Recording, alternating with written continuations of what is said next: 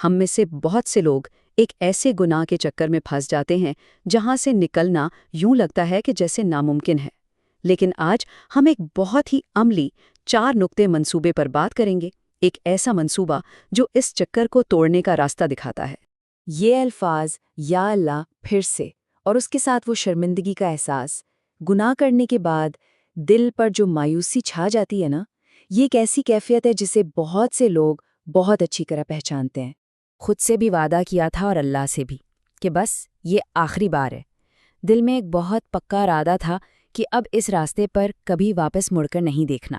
اور یہی سوچ، یہی دعا، یہی عہد تو پچھلے ہفتے بھی کیا تھا کہ بس اب اور نہیں۔ اور پھر پچھلے مہینے وقت گزرتا چلا جاتا ہے، لیکن یہ چکر یہ ٹوٹتا ہی نہیں۔ ایسا لگتا ہے جیسے ہم ایک ہی جگہ پر قید ہو کر رہ گئے ہیں۔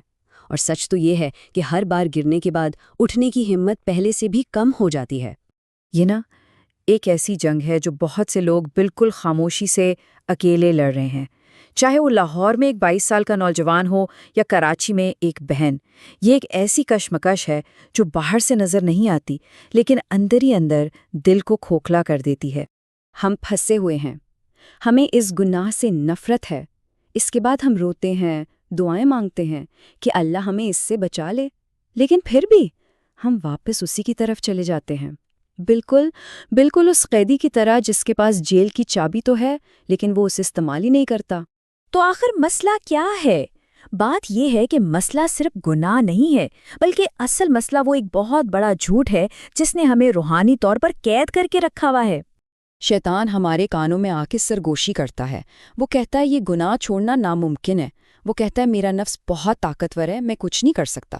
لیکن سچ کیا ہے؟ سچ یہ ہے کہ ہماری فطرت، ہماری اصل وہ پاک ہے۔ یہ گناہ ہم پر ایک داغ کی طرح ہے، یہ ہماری حقیقت نہیں ہے۔ اور ہاں، اللہ ہمارے سٹرگل کو سمجھتا ہے، لیکن سمجھنے کا مطلب اس گناہ کی اجازت دینا ہرگز نہیں۔ اور ہمیں دھوکہ دینے کے لیے وہ ایسی باتیں کرتا ہے کہ ارے بس ایک آخری بار کر لو، پھر تو پکی توبہ، یا پھر تم تو ویسے بھی بہت سے لوگوں سے بہتر ہو۔ یہ وسوسے ہمارے دل کے گرد ایک پنجرہ بنا دیتے ہیں تاکہ ہم اپنے گناہ میں ہی مطمئن ہو کے بیٹھ جائیں۔ مجھے یاد ہے اسلام آباد کے ایک بھائی نے بتایا کہ وہ 3 سال سے ایک گناہ میں مبتلا تھے، ہر رات توبہ کرتے، وعدہ کرتے اور اگلے دن پھر وہی غلطی دہراتے۔ انہوں نے بڑی مایوسی سے کہا، بھائی میں نے سب کچھ آزما لیا ہے، کچھ نہیں ہوتا۔ یہ اسی جھوٹ کا اثر ہے جو انسان کو بالکل بے بس کر دیتا ہے۔ لیکن اس کا حل موجود ہے، اور یہ صرف کوئی جذباتی تقریر یا موٹیویشن نہیں ہے، بلکہ یہ قرآن و سنت سے ثابت ایک منظم پورا سسٹم ہے۔ یہ وہی سسٹم ہے جس نے شراب پینے والوں کو عالم بنا دیا اور چوروں کو فاتح بنا دیا۔ تو یہ ہیں وہ 4 واضح قدم۔ پہلا، اپنے دشمن کو پہچانو۔ دوسرا، اس تک جانے والا ہر راستہ کاٹ دو۔ تیسرا، جو خالی جگہ بنے اسے بھرو۔ اور چوتھا، سچے دل سے توبہ کرو اور اللہ پر بھروسہ رکھو۔ آئیے ذرا تفصیل سے دیکھتے ہیں کہ یہ کیسے کام کرتا ہے۔ تو سب سے پہلا قدم ہے اپنی سوچ کو بدلنا، یہ سمجھنا کہ یہ صرف ایک ذاتی ناکامی نہیں بلکہ یہ شیطان اور نفس کے خلاف ایک روحانی جنگ ہے۔ اللہ تعالیٰ خود قرآن میں فرماتے ہیں، بے شک شیطان تمہارا دشمن ہے، پس تم بھی اسے دشمن ہی سمجھو۔ اچھا، دوسرا قدم ہے عملی اقدامات۔ یہ نہیں ہو سکتا کہ گناہ چھوڑنا بھی ہے اور اس کی طرف جانے والے دروازے بھی کھلے رکھے ہوئے ہیں۔ اگر مسئلہ حرام مواد دیکھنا ہے تو وہ ایپس ڈیلیٹ کرنی پڑیں گی، اگر غیبت سے بچنا ہے تو وہ واٹس ایپ گروپس چھوڑنے پڑیں گے۔ یاد کریں جب شراب حرام ہوئی تو صحابہ نے کیا کیا؟ اسی لمحے شراب کی بوتلیں گلیوں میں بہا دیں، انہوں نے انتظار نہیں کیا۔ اب تیسرا قدم دیکھیں، صرف ایک بری عادت چھوڑ دینا کافی نہیں ہوتا، اس سے جو زندگی میں ایک خالی پن پیدا ہوتا ہے نا، اسے اچھے کاموں سے بھرنا بہت ضروری ہے۔ اللہ فرماتے ہیں، بے شک نیکیاں برائیوں کو مٹا دیتی ہیں۔ ملتان کی ایک بہن نے بتایا کہ وہ نیٹ فلکس پر گھنٹوں ضائع کرتی تھیں، پھر انہوں نے اسی وقت میں تجوید کی کلاس لینا شروع کر دی۔ چند مہینوں میں ان کی زندگی نور سے بھر گئی۔ اور آخری چوتھا قدم ہے سچی توبہ۔ اپنے گناہ پر تہ دل سے شرمندہ ہوں، اسے فوراً ابھی چھوڑ دیں اور واپس نہ جانے کا پختہ وعدہ کریں، اور پھر اللہ پر بھروسہ کریں۔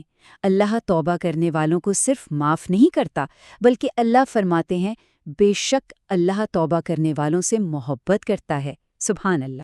تو اب بات کو سمیٹتے ہیں۔ یہ سمجھنا بہت ضروری ہے کہ عمل میں تاخیر کرنا کتنا خطرناک ہو سکتا ہے، کیونکہ سچ تو یہ ہے کہ ہمارے پاس وقت بہت کم ہے۔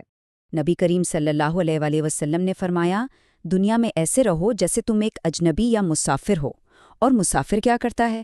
وہ اپنے کام کل پر نہیں ٹالتا، کیونکہ اسے معلوم ہے کہ اس کا وقت محدود ہے۔ ہمارا وقت بھی محدود ہے، کیا معلوم اگلی سانس آئے یا نہ آئے۔ ذرا ایک لمحے کے لیے سوچیں، قیامت کے دن جب ہمارے ہاتھ اور ہماری آنکھیں بولیں گی تو وہ کیا کہیں گی؟ قرآن کہتا ہے کہ اس دن ہمارے منہ پر مہر لگا دی جائے گی اور ہمارے اعضاء گواہی دیں گے۔ اس دن کوئی چیز چھپی نہیں رہے گی۔ تو آج رات سے ہی یہ 3 کام شروع کرنے ہیں۔ پہلا، شناخت کریں، اپنے سب سے بڑے گناہ کو لکھیں اور اس کے لیے خاص توبہ کریں۔